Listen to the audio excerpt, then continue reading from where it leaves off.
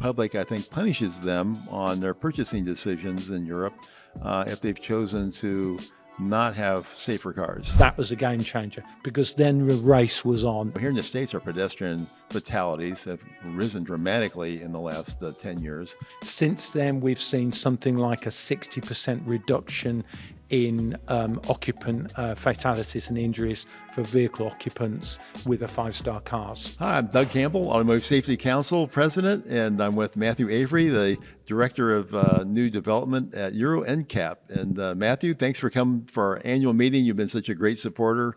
And more than anything, thanks for the work you do at Euro NCAP. Great. Yeah, it's a pleasure to be here. ASC is a very important organisation for us. We really enjoy coming here. There's a great mixture of safety advocates, of vehicle engineers from Tier 1 suppliers and vehicle manufacturers. It's a great and very safe environment for us to discuss how we make the roads safer around the globe. Absolutely. I love the topics we come up with and the discussions. But, you know, here in the States, I don't think many people understand what's Euro NCAP. I mean, it's kind of like, don't we have an NCAP? And so how has Euro NCAP do their work, and just who is Euro NCAP? Sure. So we're 28 years young. We were formed conceptually as I think the second NCAP. So NCAP, New Car Assessment Program, as you probably know, Doug, is a US construct, right, and it goes back a long way. The difference is that we're formed from a different membership. We have a selection of automobile clubs. We've got governments.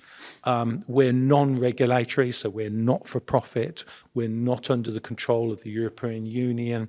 We're not under the control of any government at all, but we're made up of members who are road safety advocates. Now, we've got about 20 members.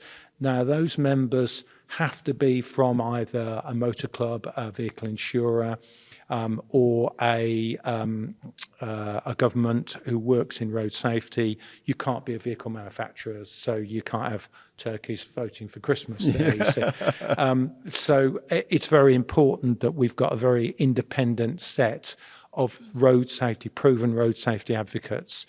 The process is very much that we have a new roadmap every 3 years, and that roadmap is very important in setting the agenda that we do next, and that's very important for the vehicle manufacturers to understand exactly how do you get 5 stars, in the future. The process works effectively that we test around 50 to 80 new models every year. They go through a series of passive safety crashes, so crash testing. We do a number of state-of-the-art crash tests with state-of-the-art dummies. And that is to understand the passive safety capability of the vehicle. We also do a lot of track-based work on active safety, so collision avoidance. So in 2012, we brought out our active safety testing, and that's now a sort of central bedrock of what we do. So it's a mixture of active and passive safety. We produce a rating up to 5 stars, that sort of the European consumers understand that. And it's something that vehicle manufacturers support and they advocate because they recognize that by advertising 5-star safety, they can sell their cars. So it's a symbiotic relationship between ourselves and vehicle manufacturers.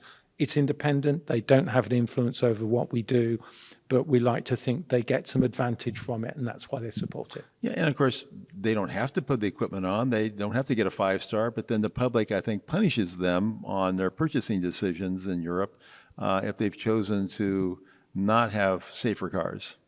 And that's right. And we saw initially when we started in 1997, a lot of manufacturers said these standards are impossible, and they've changed a huge amount since 1997. But they said back then, this is really difficult. We can't do this. Even some of the established safe manufacturers were saying, well, we might be able to get 4 stars, but never 5 stars. And then we had one manufacturer sort of break out, and that was Renault, famously with their Laguna 2. They came out with the first 5-star car. It had a curtain airbag for protection of head injuries. And that was a game changer, because then the race was on, and then every manufacturer had to prove that. Renault scored a massive consumer hit there. They were advertising 5-star safety on all their cars, and they really stole the lead. And that was a game changer for vehicle safety and road safety in Europe. Since then, we've seen something like a 60% reduction in occupant fatalities and injuries for vehicle occupants with a 5-star car. So, we constantly measure, are we having an effect? Yes, we have. We've seen a huge reduction in the amount of European killed and seriously injured since we've introduced 5-star rating. So we have to feel it's down to our 5-star rating where we've seen big gains. There's other areas, and there's legislation, there's road safety campaigns, there's road designs. All of those things make a difference. But we think the vehicle manufacturers and Euro NCAP together have really played our part in making European roads a safer place. Well, obviously so. I mean, you went from like low 60,000 fatalities around 2000 down to 19,000 by 2022. I mean, what a tremendous success story that is. And I know you had 50% reduction for 10-year kind of decade goals, in which you came very close to meeting both times. And it's just been amazing to me compared here in the States, where we were the original NCAP. And it's unfortunately still the original NCAP. Hasn't improved or changed any. It's really, really disappointing in that respect. So when you're making your roadmaps, obviously you have to get your data from somewhere. I mean, how do you decide, we're having more side impact fatalities, or we're having more pedestrian fatalities, or you obviously say we need to improve this area. Where do you get your data, and then how do you make your decisions about where to make the next improvement? Well, the members provide the data, a lot of the key members. So we have an insurance data from some of the insurance members. We get road safety data from across Europe from many of the members. That national data, it comes in different flavors. Some of it is sort of high frequency and low resolution. Some of it's the other way. And we normally combine that data, and we use data sets like GDAS, which is in-depth data. It's a small sample size, but it's in-depth. That's a German database. That's a German database. So we're able to cross-reference some of the in-depth data with the national data, and we can see the patterns, and we can begin to see what's working and what's not, what are the areas still. And, we've recently seen that we've made a really good contribution to adult occupant protection for average size males, but there's still a problem with females. There's a problem with older occupants. And we can identify, well, there's a problem with older occupants. Where is that? Is that because they're seated in the rear of the car? Does that mean that restraints in the rear of the car are not so good? And we look at some of the in-depth data. We're seeing a lot more abdominal injuries, lower leg injuries. So we're able to say, yeah, we've got to tune that, we've got to improve that.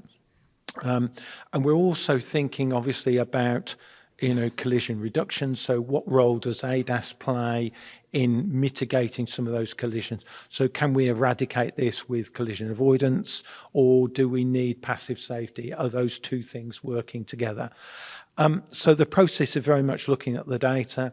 We're constantly talking to the vehicle manufacturers, but we talk to them, some of the key tier one suppliers as well, to understand what's the art of the possible, what can we do about this, what innovations have they got in the back room to say, well, we can address this. And, we stumbled across ADAS in the early 2000s and thought, well, that'll be a good thing for us to push. AEB systems, we saw that with lane keep assist systems. We're now seeing that with driver monitoring systems. There are opportunities there that we can do so much with technologies like that. And driver monitoring is a great example, because we see it as a sort of enabling technology. So from that one technology to maybe look at driver, awareness, we can use it for distraction, we can use it for fatigue, Maybe we can start using it as well for impaired driving. So many things we can do with that sort of technology. So it's a sort of balance between talking with the tier one suppliers, looking at the casualties and the fatalities that we have already, dealing with the vehicle manufacturers, what's the art of the possible, and then working out, right, this is the roadmap. We consult on that and then put a time frame going forward, very much about, okay, you're going to need this at this time and this at this time. We often use what we call a soft landing. So we say, right, well, we're going to start this early, and the next roadmap, you'll get a few points for it, but we're going to encourage it. But the roadmap after that, 6 years' time, is going to play a much bigger part. So we have to work with them and tell the manufacturers, this is what we want, but this is the direction of travel. You know, one of the things I've really liked about the work you're doing over there is in pedestrian protection, because your numbers have continued to go down on pedestrian protection. And of course, Europe is such a multi-country, diverse, area. That's one thing I think is so cool about this, is that you have all these different countries, but yet you're able to influence the buyers in all those various countries through your work. But here in the States, our pedestrian fatalities have risen dramatically in the last 10 years. And of course, we've got these high front ends where literally the front of a pickup truck might be at my shoulder level. And so instead of bumping someone up on the hood or bumping them out of the way, we literally mow them over and trample them or push them forward at such velocity that they hit something hard, and it's not good for them either. And so I'm just amazed at how we continue to have these high front end vehicles, where in Europe you seem to have overcome this by having a simple test that evaluates pedestrian protection when hit, and then of course also now pedestrian avoidance, also technology. You seem like you've done such a great job on that, and here we just don't seem to be able to get a handle on it. Yeah, I mean, it is a surprise to us, and it's very disappointing. I'm sure it's, you feel that very much. Pedestrian protection was a fundamental part of Euro NCAP right from the start. And the work that was done by TRL and people like that, in the early 1990s, looking at pedestrian protection and what could we do. And that's a passive safety protection, so that's effectively softer front ends. Mm-hmm. Now, that test has developed over the years, and so we've got different leg forms now. We've recently come in with the APLI, which is a new leg form, which is more sensitive to injuries, especially around the knee. And so things like that, we constantly evolve the same old test, but they're getting better all the time. And manufacturers, when we originally introduced this, there was a lot of pushback on that, but manufacturers are very comfortable with that. And the good thing about what we do with Euro NCAP, because of the connection with all of the European member states, these things tend to go into rulemaking, later mm-hmm. on. So, and once it's proven, and the rule makers like that, the law, the governments like that, because they can look at this and they can say, how successful is this voluntary scheme? Because Euro NCAP's voluntary. How successful is it? How much take-up is from the vehicle manufacturers? Is this something that we can do? And of course, what they end up doing is really just mopping up, really. Exactly. I mean, you got public acceptance, you got the already deployed, it's proven itself, and now they can be the heroes and make it a regulation. Right, yeah. But I mean, we still have problems with pedestrian detection and pedestrian protection. We can't rest on our laurels. So, yeah, we've done a good job, but we've still got our North Star, which is our Vision Zero. We're still going to do more to protect pedestrians. We're now testing commercial vehicles, mm-hmm. as you know. We do vans, we do heavy trucks. Very, very soon, we'll be looking at buses as well. There's a big problem with pedestrian casualties in city streets with buses. I'm sure. And we can do things with that. So you've still got very slab, high-sided, high-fronted vehicles. But there's things that we know we can do. For instance, we can incline the front end. We can make the front ends softer. We can make the front ends with less projections, like wiper bosses, keep them high up, and so they're out of the area of the pedestrian. If you can scoop the pedestrian up and push them to one side, much better than hitting them and they fall flat and the vehicle runs mm-hmm. over. So there are key things that we can do with every vehicle type to protect everybody, because if you're going to pursue Vision Zero, you've got to look at every road user, pedestrian, cyclist, car user, truck user, van user, whatever, and you've got to protect them all together because it's a system approach. Yeah, I loved it when I was looking at some of the earlier work you're doing on the heavy trucks, heavy goods trucks, that you had literally a window in the lower panel of the door that the driver could see down and see if there was a bicyclist or a pedestrian next to them they could never have seen otherwise. And then they know they're there and they don't turn into them, or they're aware of their path. Yeah. So, Simple solution. Simple solution. So, I mean, it's working with passive and active safety. I mean, that's a passive safety strategy and a metric. And effectively, it's about thinking, well, the driver's quite high up in a truck. Vision is poor. We know from the real world stats. We know that drivers hit, cyclists or pedestrians. It's devastating for them. It's devastating for who they hit, but it's terrible for the driver. Some of these drivers never drive professionally again because it's so traumatic. So we have to think about protecting them. Well, the key thing for heavy truck drivers is vision's very poor because they've got a big engine underneath. They have to be high up. And so we can make the cab windows lower and, like you said, vision windows in the side door. It's a very simple solution. But again, that can help drivers see what's around them. Using electronic mirrors, camera monitoring systems are very useful because they get a much better view and it can be a dynamic view around the vehicle. So there are strategies that you can employ. And again, a lot of this technology is already out there. We didn't invent it. We just saw that's a good idea, that's a good idea. So we'll combine them, give a voluntary 5-star rating and see what the market does. The market has transformed in just 2 years. The heavy truck market in Europe, manufacturers are striving to get 5 stars because they know it's important for their customers that their trucks are as safe as possible. It's amazing. I just, to me, that's, as I mentioned earlier in our meeting here, and I've told Nitz and everything else, like you said, there's so many technologies that are out there. We just have to have the will to use them. I mean, it's just a matter of planning, communicating, and executing. I mean, it's not difficult, but you have to have the will to do it. And you guys have had the will to do it, and the results are amazing. Yeah, I think it's the will to do it, but also there's a surefire way of getting it implemented because it's a voluntary standard. You create tension in the market, you create competition in the market. You know there's the innovations out there that manufacturers want to sell.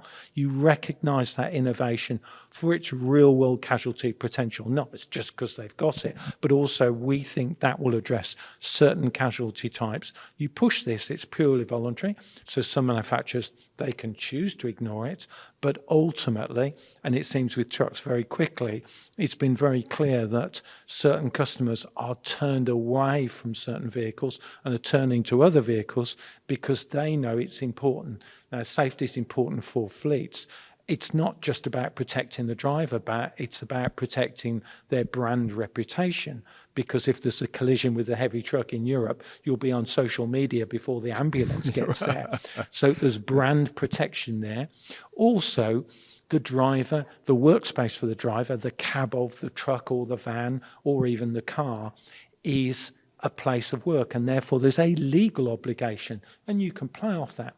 And we're providing information for fleet buyers whose previous information was just the manufacturer saying, hey, our vehicle's safe. Well, we'll give you independent information.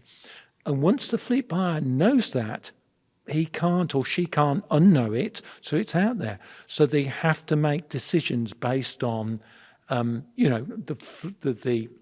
the vehicle type and the job of work it's got to do, but also have they asked the question, is it safe as it possibly can be? And that drives the market. And that's what really brings it forward. And the regulators can just sit back and watch what happens. And if we're successful, in a few years' time, they can implement it as a standard for every manufacturer. So it's a win-win as far as we're concerned. To me, it's the best of capitalism you can get. You provide the opportunity to do something. You make the choice if you want to. The public decides if they want to buy it or not. No one's making anyone do anything. But in the end, the fleet managers, or in the case of the passenger cars, et cetera, the public tends to want the safer vehicle. They don't want to be killed, or they don't want to kill someone else. Yeah. And so, and everyone always complains about it was just cost prohibitive.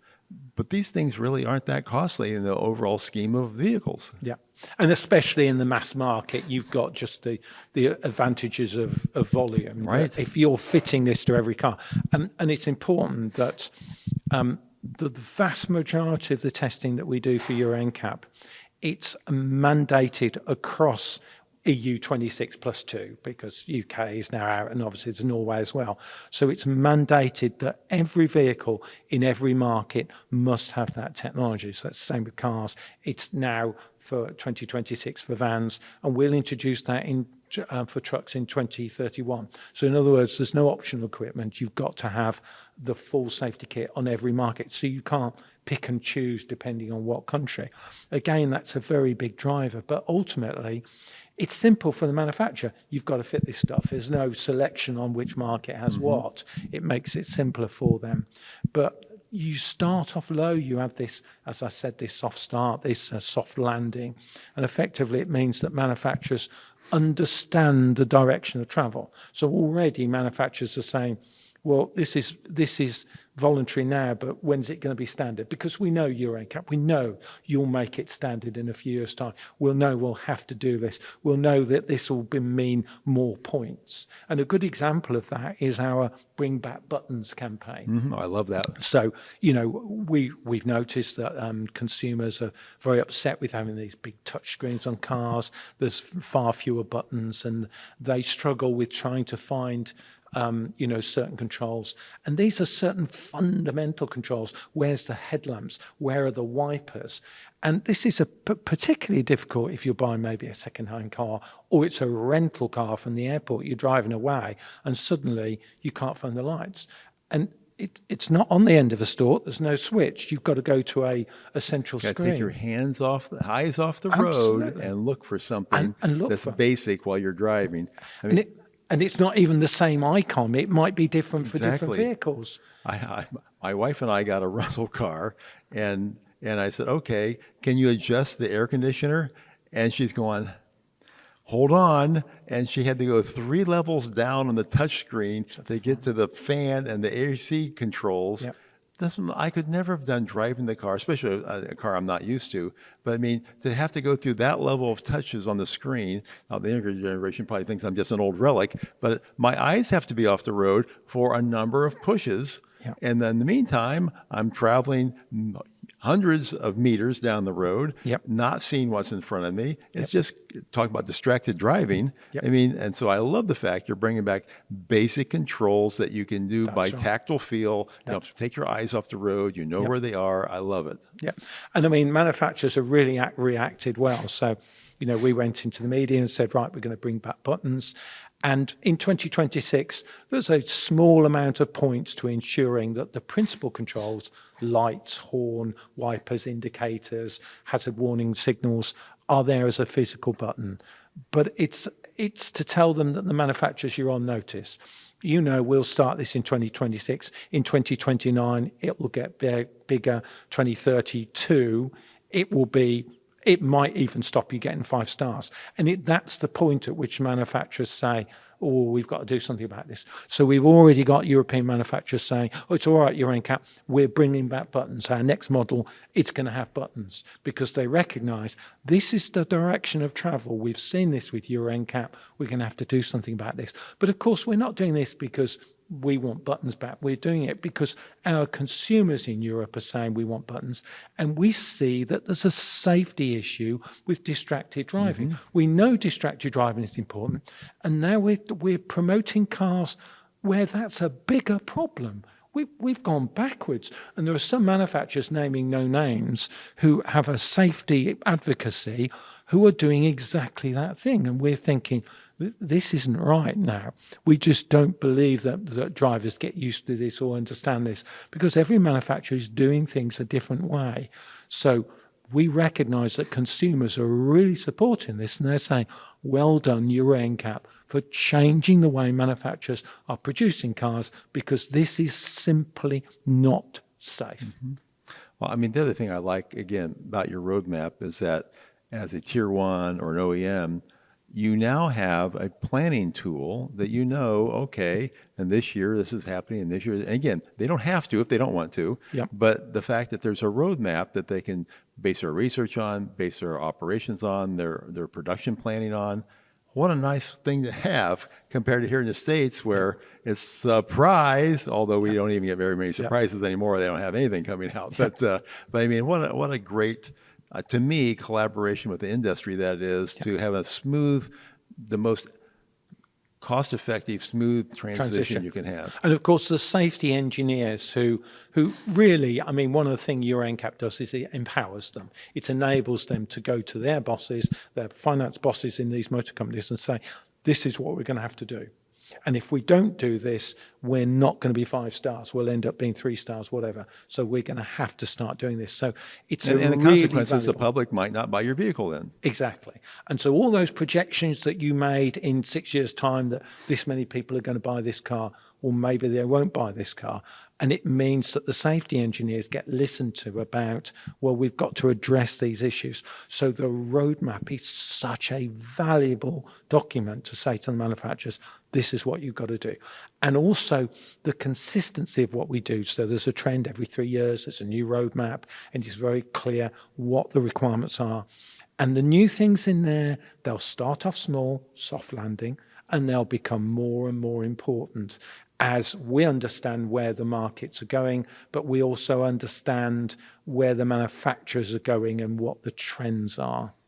The other thing I think is impressive is that the rest of the world's auto industry has really picked up and said, Euro NCAP, you've done it right.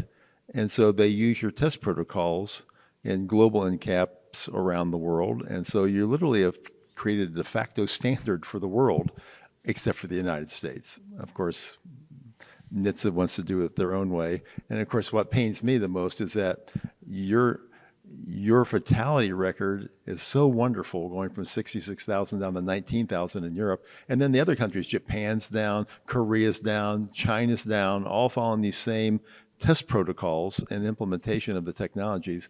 And here we're back up to where we used to be, 25 years ago. And it just pains me the fact that we're the only country that isn't part of I'll call it the global standard of success. And I've talked about it a lot to them, but there just doesn't seem to be any willingness at this time. Yeah, and I think we all have to be very grateful for the work the Insurance Institute of Highway Safety does, Absolutely. because at least they're the safety advocates who are continuing to push things forward.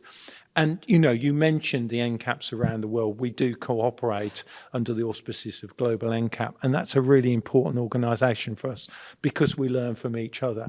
And there are things that IHS have done around vision, around headlighting that we think, we could learn from that. Truck underwrite on trailers. Yeah, all sorts of things that we can learn and improve safety in Europe, because we haven't got all the answers. But likewise, some of the things that we've done, seatbelt reminders, which is a no-brainer for us, it's still relatively new. But at least you've got IHS there advocating this and pushing this forward.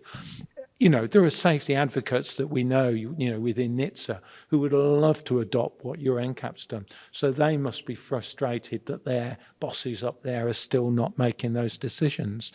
I don't know how many lives have to be lost in the US before someone will start listening. I agree with you completely about IHS, the Insurance Institute for Highway Safety. I was talking to David Harkey separately, and they truly are the gatekeeper of safety in the country now on a voluntary basis. And kind of like Euro NCAP, the car companies do respond to when they make a test protocol change, like their small overlap test. Or as I was telling David Harkey, thanking him so much for increasing the mass and the speed on the side impact test, because here in the States, we have these very large vehicles now that the government regulation doesn't take into account. So if you just follow the government regulation, you're going to get hit by something much bigger than you're being protected for. And so the Insurance Institute stepped up, changed their test protocol, and now the manufacturers are responding. And so by default, they're moving and protecting people and safety where our government is not. And so I've been so thankful for them. They're the closest thing to Euro NCAP we have in the States, but certainly are not funded the same and have limitations. But thank goodness we have them. And at least get something done. So I agree completely with you there. And I think that one of the important things is, and the automakers know this, but we do collaborate, and that's so important that we learn from each other. Crashes are different in different countries. Some of the fatality rates, the distribution is different, the vehicle type's different. In the US, you've got a lot of the large pickups, but fundamentally, the crashes are the same. And we can learn from each other about how we make things better. And there's a great role there, I think, for ASC, because, of course, you do help bring us together, and you do help sort of enable us to talk to a different audience, an audience that we don't usually talk to make sure that message gets through. Because safety is a team sport. Safety is about us all working together to identify the problems and work on the solutions and encourage and reward those that implement this stuff. And that's what we're all here for. Well, and I appreciate your support. We love working with you and the Institute and anyone else that we, as I was telling David Harker earlier, we started working on pavement markings because we knew the cameras could be more effective if we just had better pavement markings. I mean, just trying to think out of the box about how to make something that's already in the car where there's no new investment, but we can make the technology function better to help people, driving assistant, as an example. So it's those kind of things we have to, and speed limits and all the other things we have going on. It's like you said, it's a team sport, and we have to look at every aspect and make a difference. Matthew, thank you so much. It's been a pleasure, and thanks for coming to our meeting. Thank you.